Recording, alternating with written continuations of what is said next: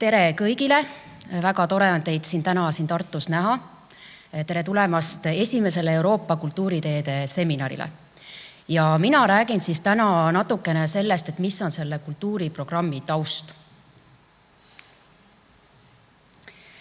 Kõigepealt natukene paar sõna Euroopa Nõukogust. See on üks organisatsioon, mis on Eestile väga oluline. Rajati 1949. aastal ja peakorter on Strasbourgis, Prantsusmaal. Ja see organisatsioon tegeleb demokraatia, inimõiguste ja õiglusriigi teemadega. Ja seal on hetkel siis 46 liikmesriiki. Ja kultuuri ja kultuuripärandi valdkond on selles organisatsioonis väga olulisel kohal. On väga olulisel kohal. Ja seal alusdokument ja aluskonventsioon, mille peale siis kogu see koostöö baseerub, on Euroopa kultuurikonventsioon aastast 1954. Ja ma tõin sealt ühe väikese lõigu kohe sealt preambulast, mida siis kultuurikonventsioon ette näeb. Et see näeb teiste Euroopa Nõukogu liikmesriikide keelte, ajaloo, kultuuri ning ka neile kõigile ühise kultuuri tundma õppimise kõikide liikmesriikide poolt. Ja ma tõmbasin joone alla just sellele ühele lause lõigule, neile kõigile ühise kultuuri tundma õppimise. Et see on tegelikult see põhimõte, millele tugineb ka kultuuriteede programm. Et me tunneksime, õpiksime vastastikku ühist kultuuripärandit, aga me jagame ka seda ühist kultuuriruumi, kultuuri välja.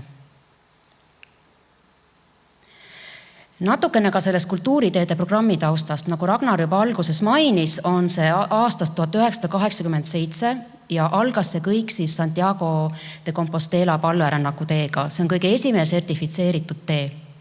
Ja selle projekti põhimõte on siis just tugevdada Euroopa ühtset identiteeti ja väärtusi ning edendada kultuurialast koostööd, piiriüles kestlikku kultuuriturismi ja kultuurilist mitmekesisust. Ja ma tooks siia veel olulise aspektina ka selle välja, et lisaks sellele, et on selline rahvusvahelise koostöö fookusega, et seal on tegelikult ka suur roll noorte kaasamisel ja samamoodi kaasaegse kultuuri kaasamisel. Et see ei ole ainult pärandi säilitamine, vaid et see on ka seosed tänapäeva kultuuriga. Ja neid teid on siis tänase seisuga 52 ja need läbivad 60 riiki, kus juures on ka kaasatud pärandipaiku väljaspool Euroopat, isegi Mehhiko ja Jaapan. Ja temaatika varieerub, et seal on nii Euroopa kui inimkonna ajalugu, arhitektuuripärandit, kunsti, muusikat, religiooni, maastikku ja loodust, käsitööd ja toidukultuuri. Ja oluline märksõna on just see, et teema peab olema piiriülese tähtsusega. Et see peab puudutama vähemalt 3 riiki ja samamoodi võib olla see nii aineline kui vaimne pärand. Selle kultuuriteede programmi juriidiliseks aluseks on selline asi nagu osalisleppe. Ja 2009. aastal alustasid siis Euroopa Nõukogu alustas läbirääkimisi mõttega, et kuidas seda programmi paremini rakendada, et seal oleks rohkem paindlikkust, et ka riikidel oleks rohkem sõnaõigus selles programmis. Ja siis jõuti järeldusele, et peaks looma osalisleppe. Ja see osalislepe tähendab siis seda, et seal on riigid, on liikmed, ja nendel on teatud kohustused. Praeguseks on osalisleppega liitunud 43 riiki ja 41 on nendest siis Euroopa Nõukogu liikmesriigid. Ja kui me enne mainisin, et Euroopa Nõukogu liikmesriike on kokku 46, siis tegelikult me näeme, et enamus Euroopa Nõukogu liikmesriike on liitunud. Ja on liitunud ka Liibanon ja Vatikan, ehk siis Euroopa Nõukogu välised riigid. Ja see programm töötabki 2 tasandil, et osalisleppe liikmed on siis riigid, aga neid kultuuriteid loovad ja nendega liituvad riigis asuvad pärandipaigad ise. Et kuna see programm hakkas juba aastal 1987, siis tegelikult need võrgustikud on olnud moodustamisel juba 80-ndatest, 90-ndatest, aga see osalisleppe nii-öelda liitus sinna sellise juriidilise vaheplatvormina. Ja üks roll siis riigil on maksta seda osalisleppe liikmemaksu ja see siis katab selle programmi tegevuskulud ja selle osalisleppe sekretariaadi tööjõukulud. Ja võibki ju küsida, et kui osalisleppe loodi aastal 2010, aga Eesti liitus täisliikmena alles 2024, et miks me ootasime? Nagu Ragnar ka juhtis tähelepanu, miks me ootasime? Et põhjus oligi lihtsalt selles, et me vaatasime, et kuidas hakkab tööle, et mis on teiste liikmesriikide kogemused, kuidas see tööle läheb, mis on see kasutegur. Et ei ole mõtet niisama liituda, just nagu riigi mõttes ka. Aga nüüd, kus me oleme täisliige aastast 2024, et mis see siis meile tegelikult annab ja ma toon välja 2 väga olulist aspekti. Et see annab meile õiguse osaleda selle osalisleppe juhatuse koosolekul, kus siis neid kultuuriteid sertifitseeritakse, et meil on hääleõigus.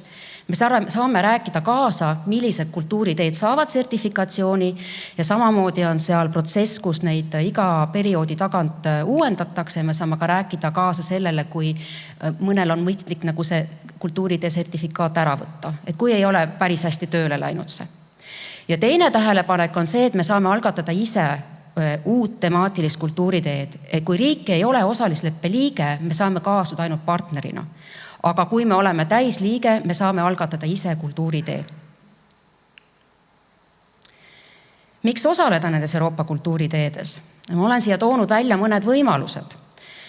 Et üks asi on kindlasti see, et meil on väga palju kultuuripärandit ja meil on suur kultuuriruumide mitmekesisus, meil on mida pakkuda. Aga samas on meil ka väga laialdased seosed Euroopa ajaloo ja kultuuriruumiga. Et me saame kaasa rääkida meie loo jutustamises ja me saame ka näidata oma kuulumist Euroopa kultuuriruumi. Ja ma toon siin välja veel ühe arengu, mis on viimastel aastatel toimunud, et programm väga sihiteadlikult on tegelenud ka sellega, et seda kultuuriteede programmi laiendada temaatiliselt ja geograafiliselt ja just Ida- ja Põhja-Euroopasse, kuna need piirkonnad on praegu veel alaesindatud. Siis üks võimalus on kindlasti Eesti rahvusvahelise nähtavuse suurendamine. See on mainekujundus, see on julgeolek, see on ka turism. Ja turismi ma tõin veel eraldi välja, et kestlik kultuuriturism, see on väga-väga oluline aspekt selles programmis. Ja kindlasti ka see elava kultuuripärandi väärtustamine ja enne juba mainisin ka, et seal peab olema link selle tänapäeva ja kaasaegse kultuuriga, et see on ka võimalus loomemajanduse jaoks. Ja mis on meil järgmised sammud?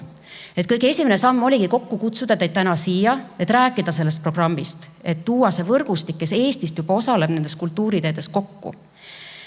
Ja kuidas me nagu edaspidi seda infot vahetame. Ja teine aspekt ongi see regionaalne koostöö Eesti sees, aga ma laiendaks seda ka temaatilisele koostööle.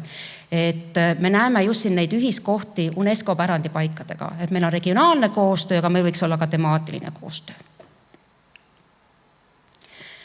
Praegu siis osaleb Eesti Euroopa kultuuriteedes täpsemalt 7. Ja just mai alguses tuli uudis, et Eestiga koos algatatud laulupärandi tee sai kultuuritee pärandi märgise. Ja nendest kultuuriteedest hakkavad teed ise kohe rääkima, aga ma toon siin välja, ma panin siia pildi ka Alvar Aalto Villa Tammekannu hoonest, kuna nemad ei saanud täna siia oma osalust ja tegevusi tutvustama tulla, et Soome algatusel siis algatati Alvar Aalto tee ja sealt siis Eestist osaleb Villa Tammekannu Tartust. Ja minu teada Soome on praegu ka selles protsessis, et Alvar Aalto pärand saaks UNESCO maailmapärandi nimekirja. Ja juhiksin veel tähelepanu siis sellele, et kuna tõesti järgmine aasta programm saab 40 aastat vanaks, et nagu näete, et siis Hansatee on juba loodud aastal 1991, aga kõige uuemad on siis Romea Strata Palverännu tee ja laulupärandi tee. Et tegelikult nende teedel on ka väga suur ajaline vahe ja see programm on tegelikult ka muutunud nende aastakümnete jooksul. Nii, ja nüüd viimasel slaidil veel tõin välja, et praegult oleme siis liitunud 7 teega, aga neid teid on kokku 52.